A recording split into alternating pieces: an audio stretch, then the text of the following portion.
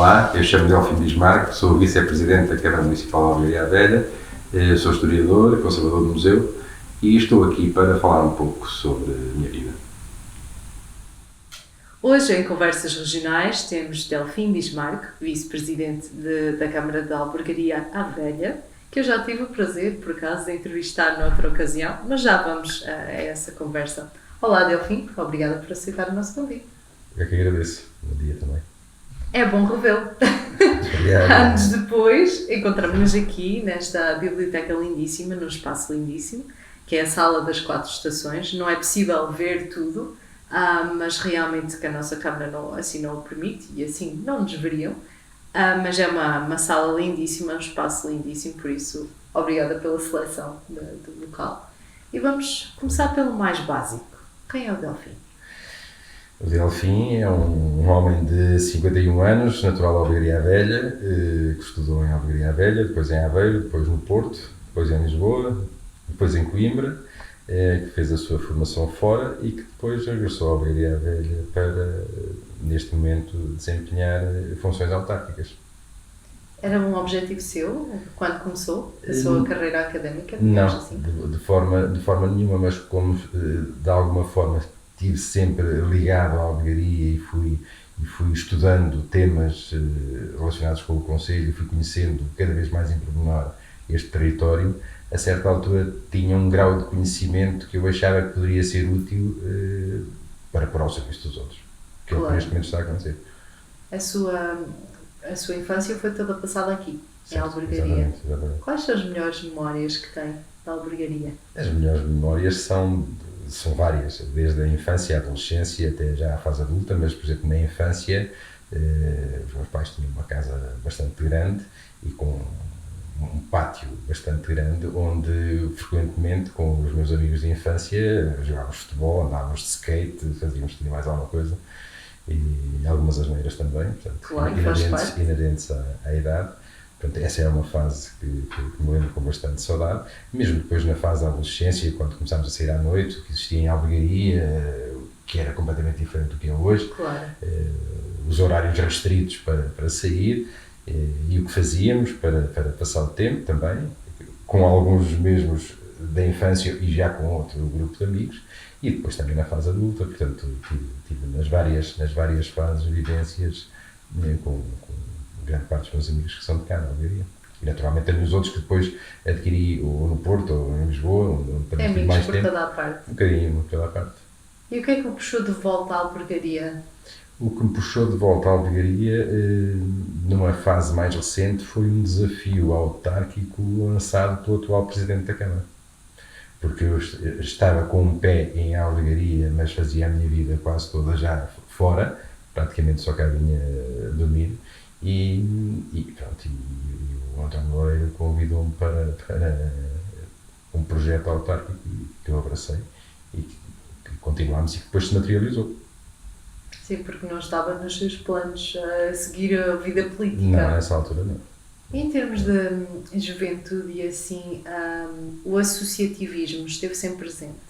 Esteve como praticante desportivo, sim.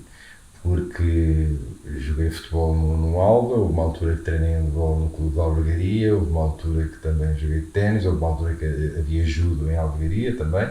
Portanto, ao longo das várias fases, a prática desportiva diversificada em associações diferentes, portanto, acabei por estar ligado a várias associações. Depois, a seguir, um pouco mais tarde, a partir mais ou menos dos meus 18 anos, apareceu um clube chamado Leo Clube de Albergaria, que tinha a ver com o movimento Lions International, do qual eu fui dirigente, fui na altura até presidente fundador e dirigente, também, mas era mais um clube de serviço e de beneficência do que outra coisa, mas onde tínhamos também um grupo de amigos e um espírito bastante coeso, portanto também a partir daí em associativismo de outra forma, e depois mais tarde como dirigente associativo noutras instituições, nomeadamente na Associação dos Bombeiros Voluntários da Albergaria Velha, de que sou vice-presidente da Assembleia Geral há perto de 20 anos. Uhum. Nem sei bem, mas talvez até há mais de 20. E é pela vertente humanitária? O que é que o levou a seguir esse cargo? É pela vertente humanitária, naturalmente, porque nós só nos lembramos dos bombeiros quando precisamos deles. É verdade.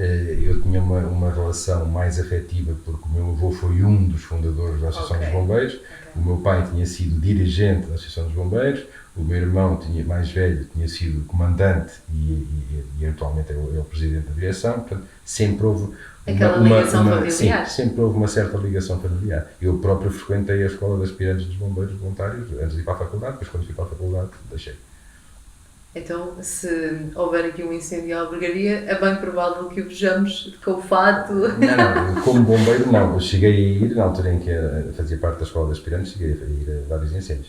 Mas atualmente não, só como dirigente. Portanto, atualmente só vão os bombeiros. Óbvio. Podemos ajudar a fazer qualquer trabalho de retaguarda, mas não vamos apagar. Sim, claro. É mais na parte de dirigir todo o processo. Pronto, está envolvido na vossa família, a partir de ser bombeiro, mas a vossa família também tem um apelido muito peculiar. Vocês têm origens de outro país? Certo. Como é que vem isso? Portanto, deve ser uma pergunta frequente. Sim, é um apelido de origem alemã. Portanto, o meu bisavô, que o primeiro desse apelido, Manuel Bismarck, vem casar a Angeja, no Conselho de Albergaria Velha, com a minha bisavó, que era de cá, teve 10 filhos, que se espalharam um pouco por todo o país, e a minha avó, Aida Bismarck, casou com o meu avô de Delfim Alves Ferreira, natural de Albergaria Velha, e aqui viveram. Portanto, eu já não os conheci, portanto, faleceram ambos antes de eu nascer. Claro. E é daí que vem, por essa via. Por isso tem assim umas origens alemãs à mistura, sim, não é? Europeia, sim. E sente alguma influência dessa... Provoca em si alguma coisa, alguma curiosidade dessa vertente alemã?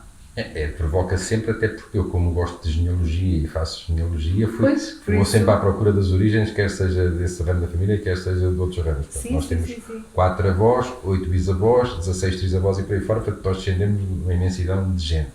Mas naturalmente que sim, naturalmente desde pequeno que se calhar tinha mais interesse em saber a história da Alemanha do que saber a história de França ou de outro país qualquer. Claro, ou estar mais atento ao que se passava em determinada zona da Europa do que noutra. Há sempre essas influências, naturalmente. E já teve a oportunidade de ir à Alemanha? Não, à Alemanha não.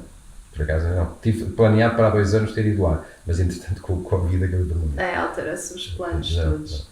E em termos de conhecimento da língua alemã, também nunca tive curiosidade? Não. Essa parte já não. Também não falo alemão.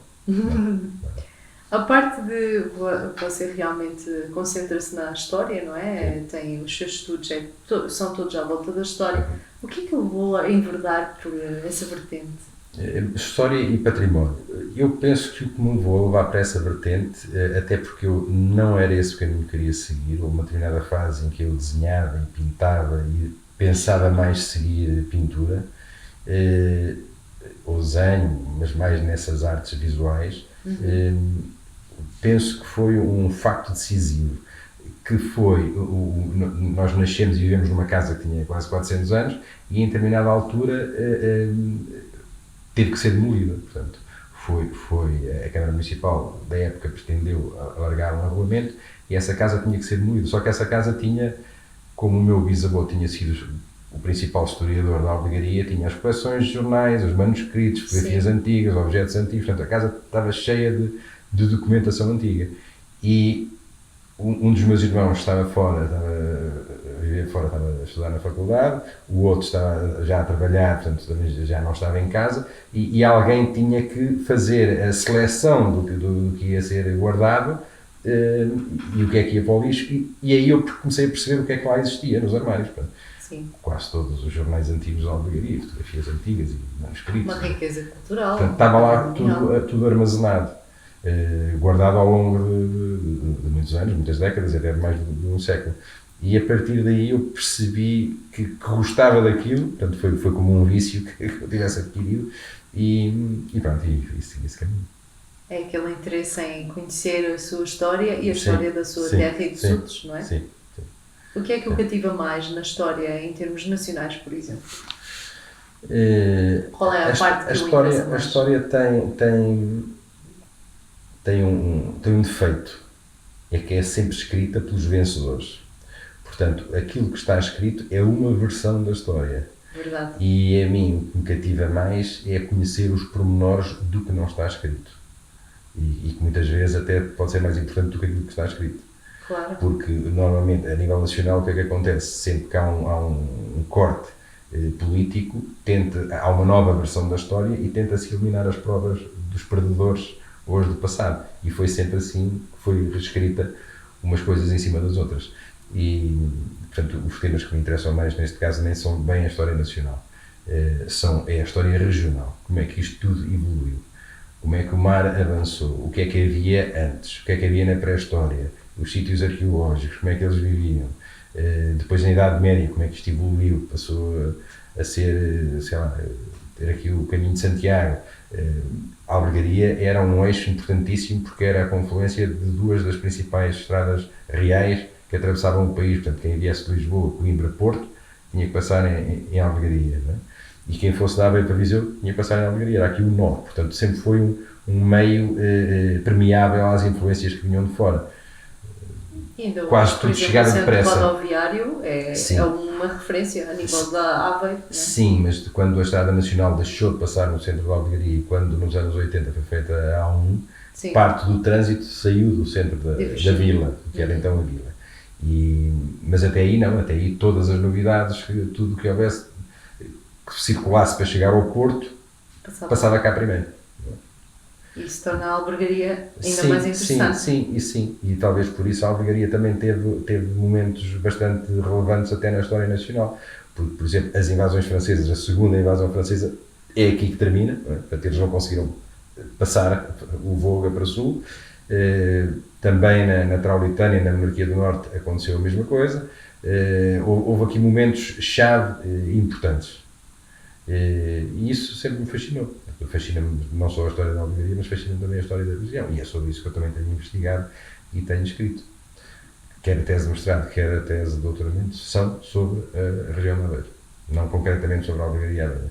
Sendo que às vezes já há pouco conhecimento a nível regional, da história regional, por parte das próprias pessoas? Sim, sem dúvida. Há um muito baixo conhecimento da história regional e que muitas vezes as leva, quando são detentores de cargos políticos, a decidirem coisas que não serão muito lógicas, que quando conhecendo o passado nos ajudariam se calhar a decidir de outra maneira ou a localizar determinadas coisas noutro sítio.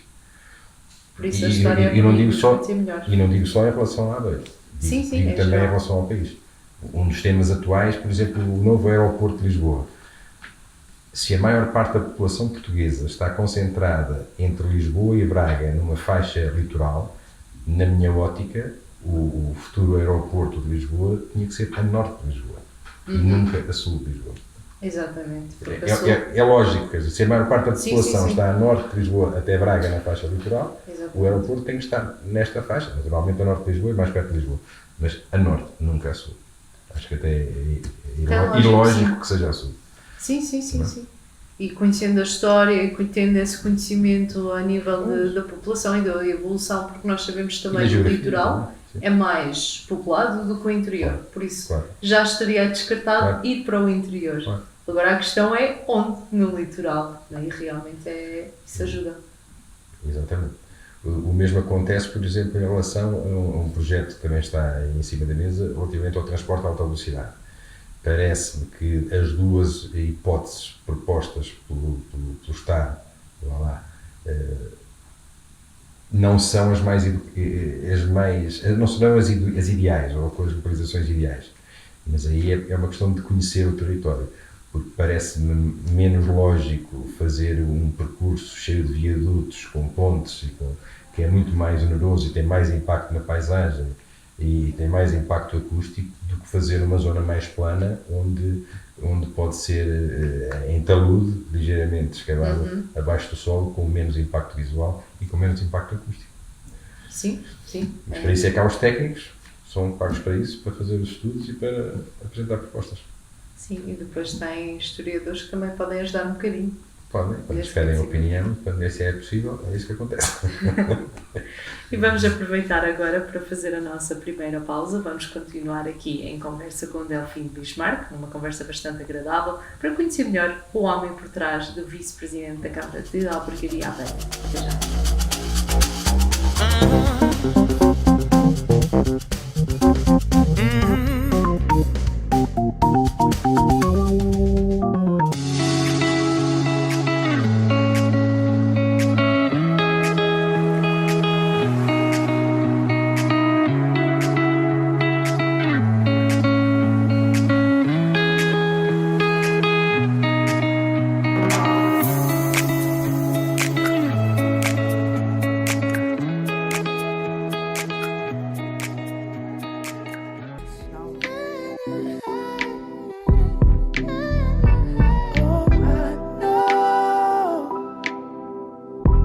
I know how you hate the cold. Spend your life searching for more. Estamos de volta para a segunda parte deste Conversas Regionais, onde tenho Delfim Bismarck aqui comigo para conversar um bocadinho e para conhecermos melhor. Esta não é a primeira vez que eu estou a falar consigo, já tivemos a oportunidade de nos cruzarmos em Toronto, no Canadá, na mesma ocasião que Silvério Recalado, e na ocasião até estava lá o Nel Monteiro também. O que é que achou dessa visita ao Canadá, a Toronto? Gostou? Lá está. Gostei imenso, eu não conhecia, portanto nós fomos no âmbito da Semana Cultural Portuguesa, sim, da Casa das Beiras. Sim. Foi o Presidente da Câmara de Aveiro, Rival Esteves, o Presidente da Câmara de Vagos, Silvério Regalado, e eu como representante do município de Albergaria Velha, e foi a acompanhar-nos, porque também era convidado, o Nel Monteiro, sim, o cantor. E de maneira que passámos ali uns dias com atividades na Casa das Beiras praticamente todos os dias, com visitas a casas de imigrantes portugueses, com uma série de peripécias, também com visitas turísticas, fomos às cataratas e fomos a ver os principais monumentos de Toronto, fomos à Câmara Municipal. Claro. Também, e tiveram a oportunidade de conhecer a Ana Bailão, possivelmente. Exatamente.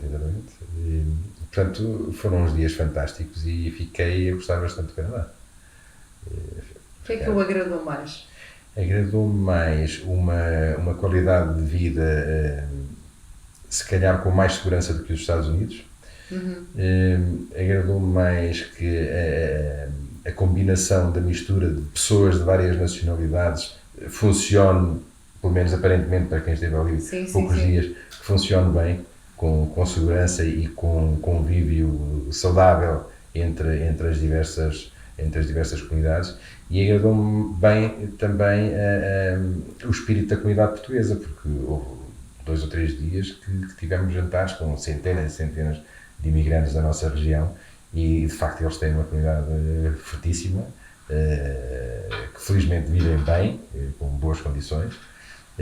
Claro que não gostei e não foi nessa altura que aconteceu, mas o Canadá também tem aquelas temperaturas negativas, de 40 graus negativos, que são quase impensáveis para nós. Vocês foram, eu acho que foi em outubro. Foi, mas não estava neve. Ainda não estava, não. Vocês tiveram sorte. Já houve ocasiões que em outubro já estava um bocadinho frio, mas realmente o frio é um dos fatores que leva as pessoas a hesitar um bocadinho, mas realmente é uma riqueza cultural enorme. Certo. Embora que haja, pelo menos do meu conhecimento, aquela falta de história, talvez, porque nós temos uma história muito recente lá em Toronto e aqui nós temos história de séculos, não é? Sim. É algo mais interessante para um historiador. Sim, nós somos um dos estados com as fronteiras definidas há mais tempo do mundo. Não é? Exatamente. Portanto, temos uma história única e ímpar. Riquíssima. E depois tivemos também, durante alguns períodos, momentos áureos em que Portugal era um dos principais países do mundo que lideravam a ciência, o conhecimento, a cultura. Portanto, tivemos momentos muito dourados. O que é que acha que contribuiu em termos históricos porque nós tivemos momentos muito áureos, éramos realmente os reis do mundo, um dos reis do mundo, digamos assim. O que é que contribuiu para essa decadência, digamos assim? Podemos apontar vários fatores. Muitos historiadores que estudam esse período acham que a expulsão dos judeus foi marcante para o início do declínio do Império Português. Porquê? Porque o conhecimento Sim. científico e a banca, portanto, e as finanças saíram num período muito curto de tempo. Né? Não saíram na totalidade, mas saíram em grande parte. E que a partir daí, de facto, nós dificilmente voltámos a estar na liderança da Europa. Sim. Mas esse será um dos fatores. Outro será ainda o período de... As nossas ex-colónias, se podemos chamar assim, eram muito longe de Portugal. Sim. Era um grande esforço económico para o país manter tantas possessões tão espalhadas e tão longínquas no mundo. Sim. Porque eram mais distantes. Muito distantes. Sim. E depois o esforço de guerra também que acabou por ser feito já com a guerra colonial. Portanto, são encargos económicos que depois não foi possível manter. Claro. E todo o processo de colonização também foi mal feito. Portugal era o último país colonialista da Europa, já tínhamos a comunidade internacional a pressionar. Quer dizer, houve várias fases em que Portugal acabou por perder essa capacidade de liderança. Houve também um período em que, com a separação de Portugal e do Brasil, quer dizer, era de onde vinha grande parte da riqueza, que vinha do Brasil. Portanto, há várias fases da história em que nós vamos decaindo. Apesar de, mesmo até o início do século XX, termos reis que poderiam ser até dos mais cultos da Europa. Mas depois não tínhamos a máquina económica e social que acompanhasse tudo isso. Sim, que apoiasse e suportasse isso, suportasse tudo. Não era possível. E acha que é possível Portugal voltar a esses tempos áureos, em termos de história, em termos do que vê da evolução da sociedade? Eu acho que sim, porque Portugal é um país pequeno. Tem vantagens e desvantagens. Tem uma grande vantagem, que são as pessoas e a sua localização. As pessoas, porque são extremamente engenhosas, são muito mais engenhosas do que a maior parte dos europeus, que perante um problema simples não sabem como resolver. E a lei do desenrasca. Desenrasca sempre, inventa ali uma solução na hora, ou rapidamente que resolva. E depois temos esta localização privilegiada em frente ao Atlântico, temos um clima mais ou menos bom comparativamente com os outros países da Europa. Há qualidade de vida. Há qualidade de vida que nós muitas vezes não valorizamos, porque achamos que é quase natural. É um dado adquirido. É um dado adquirido, parece-nos caiu do céu e, sim. E não é. Porque basta vivermos fora daqui para percebermos que realmente nós vivemos quase num paraíso. É verdade. Quem emigra sente muito isso, essa falta da qualidade de vida, porque o português em si, português que vive em Portugal, aproveita mais a vida. Sim. Muito mais. Sim. Porque as pessoas, quando emigram, também é com aquele objetivo de ganhar dinheiro. E se estão num país que também não tem o clima mais temperado, também a tendência é ficar em casa, não é? E, paralelamente a isso, acho que nós também temos um modelo de desenvolvimento desajustado. Acho que isto devia ser repensado. Em que sentido? E não ser repensado sempre pelos mesmos e por aqueles que estão nos meios decisórios centrais.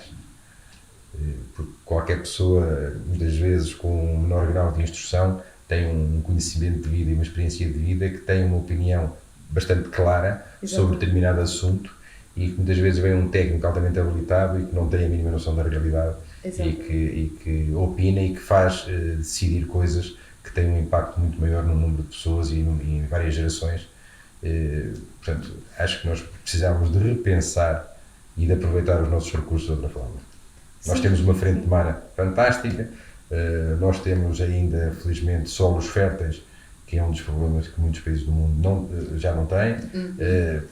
Portanto, temos um clima ainda propício a determinadas práticas, não olhamos para a agricultura com a importância que ela tem, porque se não houver agricultura não há alimentação, portanto, é essencial. E já se revela uma falta de mão de obra em certas áreas que são fundamentais para o desenvolvimento de um país, não é? Sim. Não olhamos para a indústria com os olhos que se calhar deveríamos olhar, portanto, acho que deveríamos repensar. E esse repensar, conforme eu já disse, ouvindo todo o tipo de pessoas e não sempre os mesmos. Não só quem tem um canudo. E sempre os mesmos. Sim. Porque se nós olharmos para a sociedade portuguesa dos últimos 20 ou 30 anos, são sempre os mesmos. Sempre os mesmos. Oriundos dos mesmos grupos, Sim. ou dos mesmos partidos políticos, ou dos mesmos grupos sociais, ou dos mesmos grupos de pressão, ou das mesmas... Pronto, e é isto. E é isso que leva às vezes a jovens e assim afastarem-se um pouco da vida política e de realmente o poder de decisão, de votar, não é? Sim. Não Também. se identificam. Também, não só não se identificam, como se calhar acham que não vale a pena, ou não é nada daquilo que eles perspectivam para o futuro, Sim. porque muitas vezes... Ou já está decidido.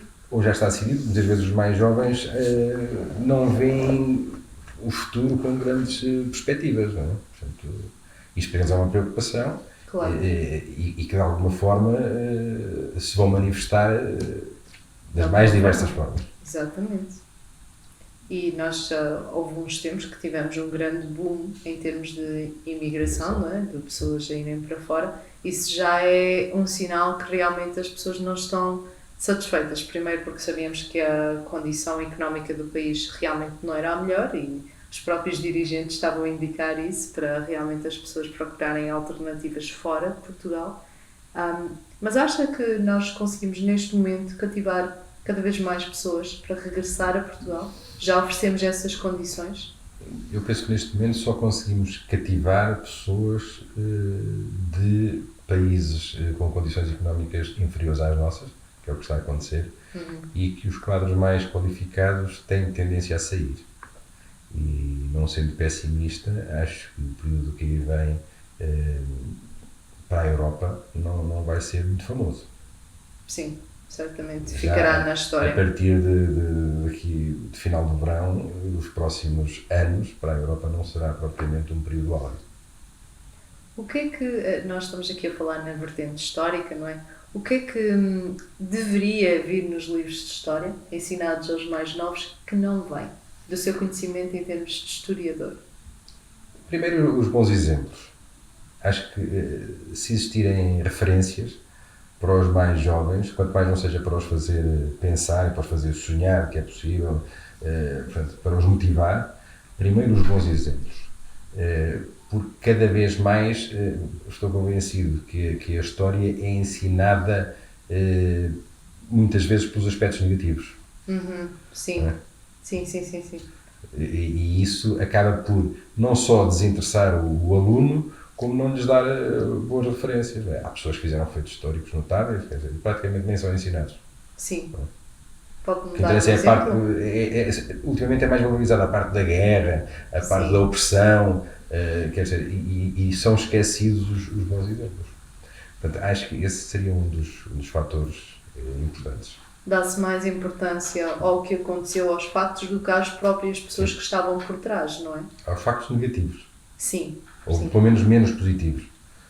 Não é? Parece que para atrair a atenção é preciso qualquer coisa que choque e que seja mais negativa, quando se calhar deveria ser ao contrário. Sim, inspirar em vez de chocar. Inspirar. Não é mais?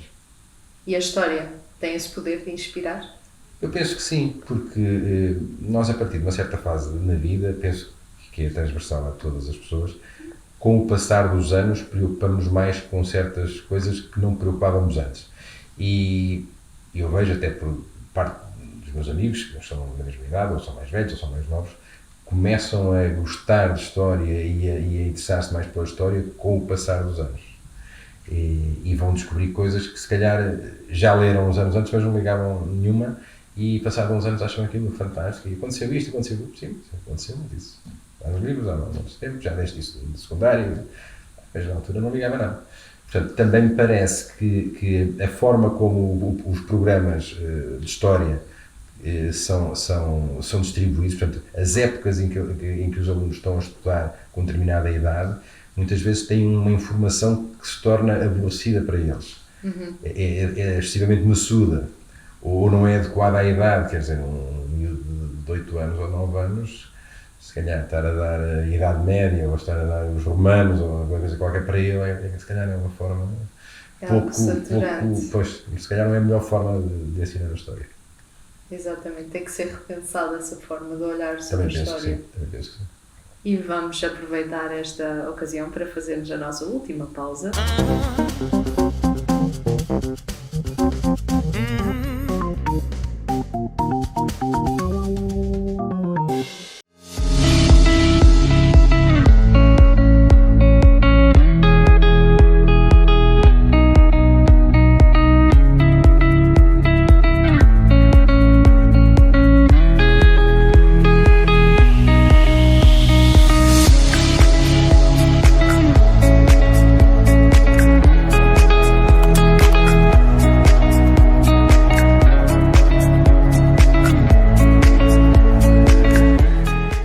Estamos de regresso para a terceira parte deste Conversas Regionais, onde temos Delfim Bismarck, um homem que é diversificado, porque é historiador, é vice-presidente da Câmara de Albergaria e tem outros aspectos, várias publicações, já publicou livros, também tem uma vertente artística, que acabamos de conhecer nesta entrevista também, e a genealogia é uma parte muito importante também.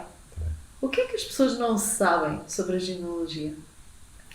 Eu acho que as pessoas não sabem quase nada, porque se perguntarmos a quem nos rodeia, aos nossos amigos, o que é que eles sabem, quase todas as pessoas sabem até os avós, Sim. e depois alguns sabem dos bisavós, o nome próprio, se é António, Maria ou Joaquim, mas não sabem o que está para trás. E o que está para trás é uma imensidão de informação e que ajuda muitas vezes a explicar e a compreender porque é que nós hoje somos assim, ou temos os olhos mais claros, ou o cabelo mais claro, ou mais escuro, ou porque é que viviam na terra tal e depois se deslocaram, ou o que é que aconteceu, ou porque é que não falam sobre determinados assuntos, porque cada família tem uma história própria que é a combinação de várias famílias, não é? Sim. Nós temos 4 avós, 8 bisavós, 16 trisavós, 32, 64 e vamos por aí fora. Portanto, em 200 ou 300 anos temos milhares de pessoas que descendem de milhares de ramos, que muitos depois se vão juntar outra vez porque eram os mesmos que casaram primos com primos. Portanto, e todos descendemos de todo o tipo de pessoas, ricas, pobres, louras, morenas, há sempre uns filhos de pai incógnito, ou descendentes de padres, ou de escravos, ou de todo tipo de pessoas. Vocês conseguem ir Em alguns casos, sim. Em alguns casos. Interessante. Em alguns casos, sim. É viciante, porque a maior parte das pessoas, a certa altura, quer saber mais. Exatamente. E quando descobre, sei lá, que o bisavô que veio da terra tal, quer ir a essa terra, ver como é que é a igreja, como é que é, como é o centro, as casas antigas, por vezes descobrem que casa é que viveu, muitas vezes o registro tem essa informação. Portanto, é uma ciência auxiliar da história, e não só da história, porque hoje em dia já é muito utilizada para a medicina e noutras áreas também. Sim. E até para a psiquiatria e para a psicologia e para outras áreas. E, portanto... Está a ganhar cada vez mais a importância. Está. Porque nós somos a combinação dos que nos antecederam. Exatamente. A vários níveis. A nível genético, a vários níveis. Portanto, é um tema fascinante que eu, por acaso, já desenvolvo há alguns anos. E chegou a fazer um programa de televisão. Cheguei a fazer um programa de televisão sobre a vida dos antepassados, do José Rodrigues dos Santos. Portanto, era um programa da RTP com 8 figuras históricas em que íamos estudar o passado de cada uma dessas figuras.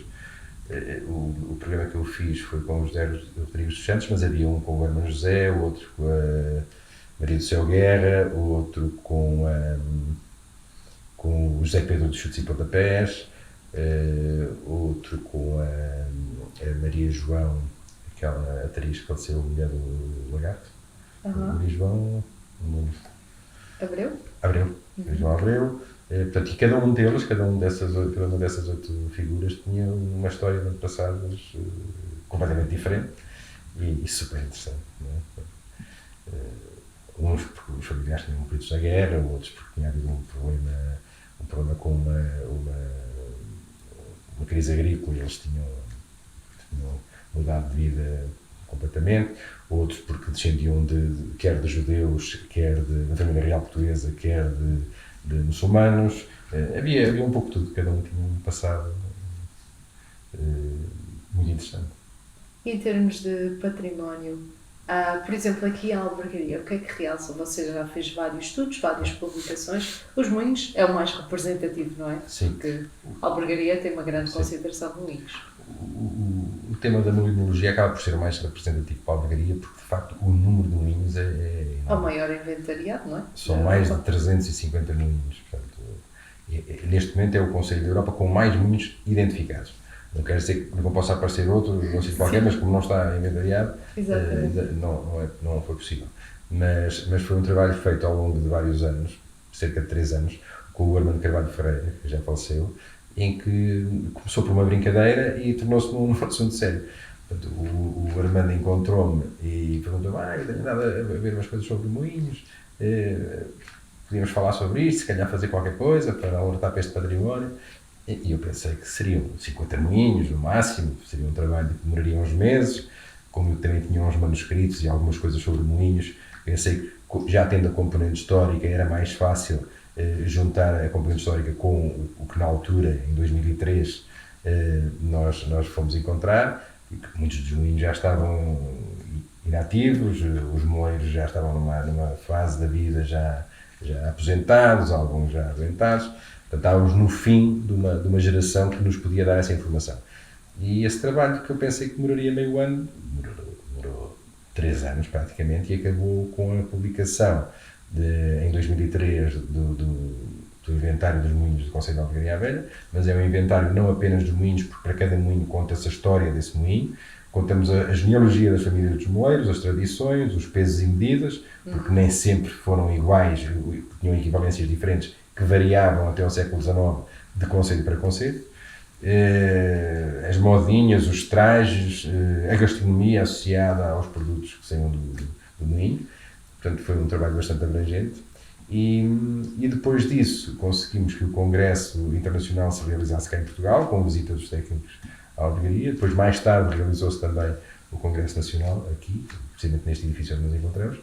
E foi um tema que catapultámos, que levou a que muitos proprietários quisessem recuperar moinhos, e algumas associações também quisessem recuperar os seus moinhos, e inclusive há agora um projeto que envolve a albergaria Vagos, Severo de Voga, Águeda e Nelas, que é a criação de uma rede portuguesa de moinhos, porque de facto Portugal será o país do mundo com mais moinhos, só que não estão ainda devidamente valorizados. Portanto, nós queremos, a partir deste projeto piloto destes municípios, criar inventários e formas sistematizadas. De moinhos, sim, né? e quase promover um inventário nacional que vai demorar uma década, provavelmente, a ser feito. Sim. Se estes 5 municípios conseguirem criar um produto comum e bem estruturado, depois podemos alargar a outros municípios e então termos um raio-x rigoroso do número de moinhos que existiram e que existem em Portugal.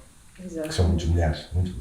Sim, porque eu tenho visto, tenho pesquisado que realmente os moinhos tiveram uma grande influência na nossa história, na nossa evolução, e que ainda se encontram alguns inativos, a maior parte se calhar, mas ainda se encontram na maioria dos concelhos e se calhar não são valorizados devidamente, não é? Ainda não.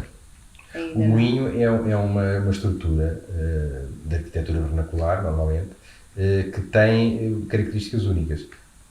No nosso caso, na nossa região, a maior parte são de rodízio, portanto são moinhos de água. Tem energia hidráulica, gratuita, e acaba por ter, normalmente estão em sítios muito aprazíveis, portanto são casas são habitações quase 100% ecológicas, porque têm água e têm energia, de forma gratuita. Um turismo rural, talvez. De forma gratuita, exatamente.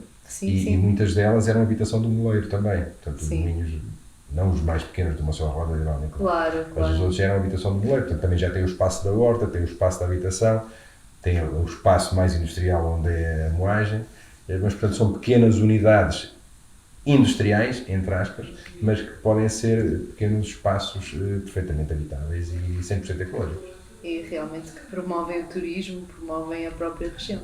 Sim. Esse tem sido um dos fatores que temos tentado promover.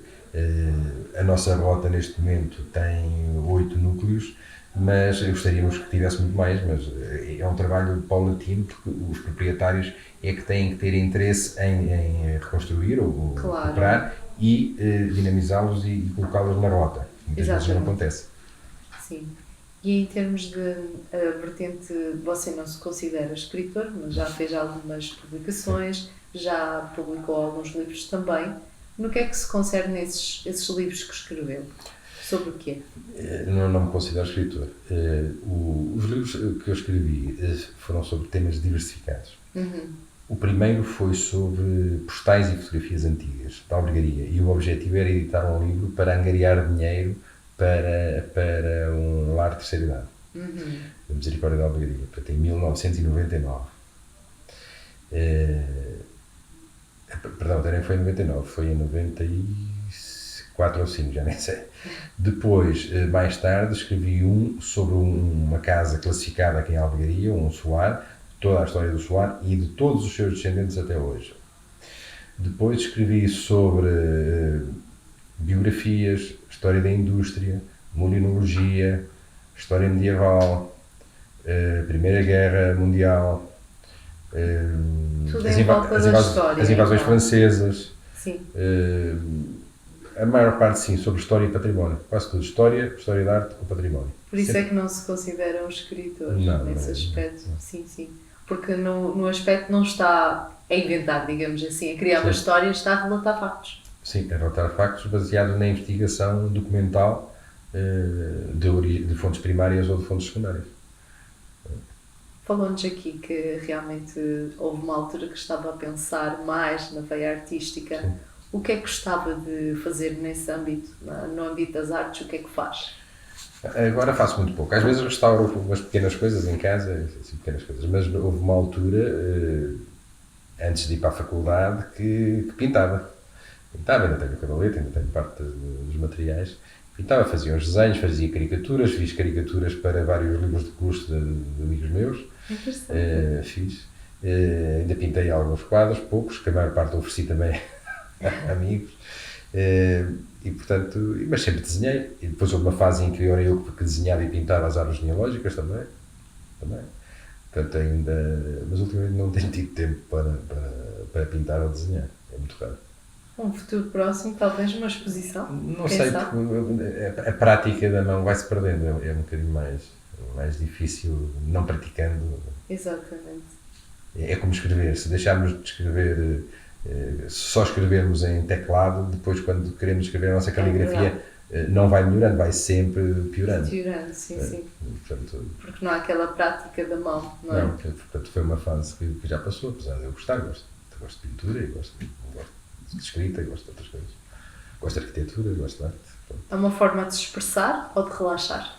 Pintar. Pintar era uma forma de relaxar, porque é um hobby, para quem é hobby, para outras pessoas é uma profissão, em que não damos pelo tempo passar. Eu lembro perfeitamente de estar a pintar e da minha mãe me chamar para jantar e eu dizer já vou. E quando parava já tinham passado 2 horas ou 3, já tinham jantado, já lá nem estavam, portanto era uma pessoa que desliga completamente. São essas as recordações que tenho dessa época em que pintava. Mas isso já não acontece há umas décadas. Talvez seja a altura de retomar de vez Não, em acho que quando. Acho que não. Agora gosto mais de ler e de escrever. Está mais nessa. Porque também vai por fases, não é? Sim. A pessoa, há uma fase que se identifica mais com ler ou com Sim. fazer, ouvir Sim. música ou Sim. isto ou aquilo, não é? Por isso é conforme a idade e fases da vida. Sim. E locais, quer dizer, muitas vezes também associamos a fases, locais. É isso. E o que é que lhe falta fazer, Delfim? Enquanto pessoa, enquanto profissional? Não lhe sei dizer, porque eu nunca planeei muito o futuro, portanto não sei o que é que falta fazer. Vai acontecer. Há aquelas pessoas que dizem, não, é escrever um livro, ter um filho e plantar uma árvore. Exatamente. Já escrevi vários livros, tenho 2 filhas e já plantei centenas de árvores. Então pronto, está a missão Portanto, nesse aspecto não, mas gosto de continuar a plantar árvores, é uma coisa que cada vez gosto mais da natureza. Gosto de estar no meio da natureza e gosto bastante dessa atividade. Considera isso importante para si? Sim. Essa Sentimos-nos conexão. bem, não estamos preocupados com nada, desligamos durante algum tempo. É saudável, fazemos exercício físico. Eu digo na brincadeira que é ginásio rural. Exatamente. É ginásio rural. Exatamente. E neste momento, como é que se define numa palavra ou numa fase? Nesta fase da sua vida? Não sei, não tenho uma definição para isso. Acho que sou uma pessoa normal, normal em todos os sentidos, não tenho uma palavra que defina. Sou uma pessoa que faço o que gosto de fazer, o que é muito bom. Sim. É muito bom. Também não me estou a ver a fazer coisas contrariadas. Portanto, Pronto, isso é ótimo. e fui durante 16 anos conservador de museu, que essa é a minha atividade profissional, que suspendi para desempenhar funções autárquicas e quando deixar as funções autárquicas não sei, se talvez volte à atividade dos museus e voltar a ter tempo para a escrita e não sei, também já fui editor, portanto também é uma atividade que eu gostava, portanto, não sei, nem gosto de planear muito o futuro. Sim, eu acho que acaba por ser bom deixar a vida acontecer, deixar sim. fluir. Sim, não estressamos nem temos ansiedade de chegar a determinado ponto, em determinada fase da vida. As pessoas têm as coisas muito arrumadas, muito planeadas, sabem que daqui a 2 anos vão fazer isto e daqui a 4 vão fazer aquilo. Para mim não dá. Não resulta. Exatamente. Não vejo a vida com essa perspectiva. O que interessa não é o destino, é a viagem. Não é? Sim, exatamente. E evitar. muitas pessoas esquecem-se disso. Acho que não poderíamos acabar de melhor forma até o fim. Obrigada por ter estado connosco nesta conversa. E já sabe, para o próximo programa teremos mais um convidado com mais características a conhecer, mais aspectos que você vai gostar de conhecer mais a fundo. Até lá! O último livro que leu? É, do Harari, o Sapiens. E o seu autor preferido?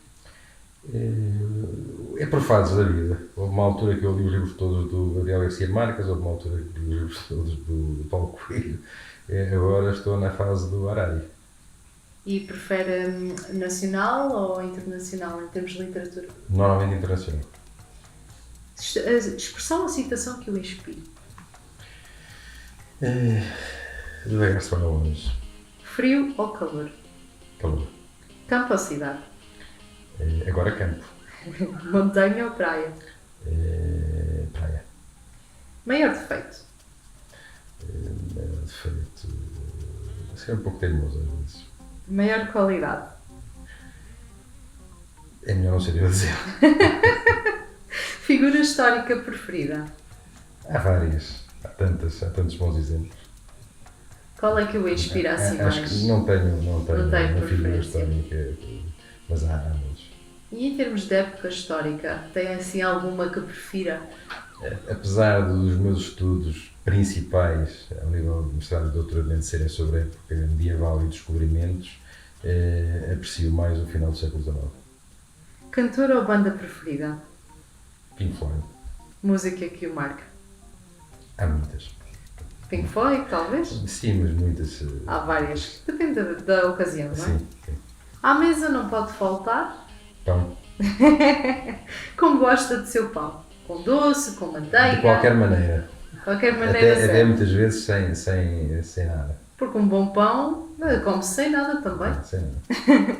Doce ou salgado? Doce. Carne ou peixe? Carne. Prato preferido?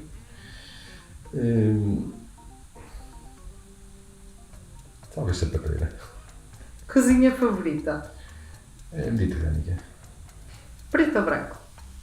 Branco. Cor preferida? Azul. Fobias? Tem? A partir de determinada altura, a altitude passou-me a fazer alguma impressão. Não é frio. Coisas que o tirem do sério? A estupidez. Se fosse um animal, qual seria? Um golfinho. Animal favorito? Um golfinho. Destino favorito? Itália. Não sai de casa sem? Sem tomar banho e sem tomar banho. Acho que é a minha resposta. Gosta de filmes de terror? Não aprecio. Já chorou a ver um filme? Já. Tem algum filme favorito? Não há assim um filme favorito. Ator preferido tem? Também acho que não. E atriz? Também não? Várias. Palavrões, sim ou não? Muito raro. Muito raro. Pronto, então não tem um preferido, se calhar. Não. Pratica desporto? Sim. Qual é o seu favorito? Pádel. Neste momento é pádel. Personalidade que o inspire? Não tem que Há ser várias. histórica. Há várias no... Assim de repente, não vem nenhuma. Não, podia lembrar do Churchill ou de algumas figuras até da história de Portugal, mas há muitas. Não sou assim um seguidor de ninguém especial.